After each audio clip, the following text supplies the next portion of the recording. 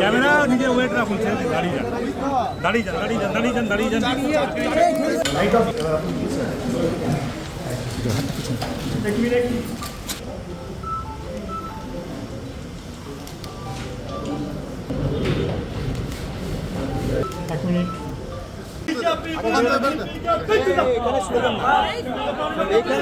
এই ধরনের ব্যবস্থা হওয়া উচিত না।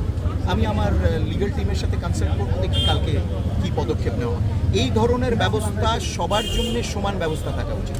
এখান থেকে কেউ বেরিয়ে তার মনে হলো সে প্রেস কনফারেন্স করবে, এখানে দাঁড়িয়ে সন্দেশ খালি নিয়ে বানিয়ে দেবে এবং অন্যান্য ক্যান্ডিডেটরা আটকে থাকবে, কেন্দ্রীয় মন্ত্রী আটকে থাকবে, এটা কোথাকার সিস্টেম, কোথাকার নিয়ম? ফেক ভিডিও ওরা নিজেরা করেছে। তারা যাদেরকে তারা মানসিকভাবে চাপ সৃষ্টি করে, যাদেরকে ধমকে এই ধরনের বক্তব্য রাখতে বাধ্য করেছে, তারাই স্বীকার করছে। এবং এই ভিডিও পুরোপুরি দেখা যায় যে এটা doctored video, it is an edited video. এই ভিডিওটা compromised, it is a fake video.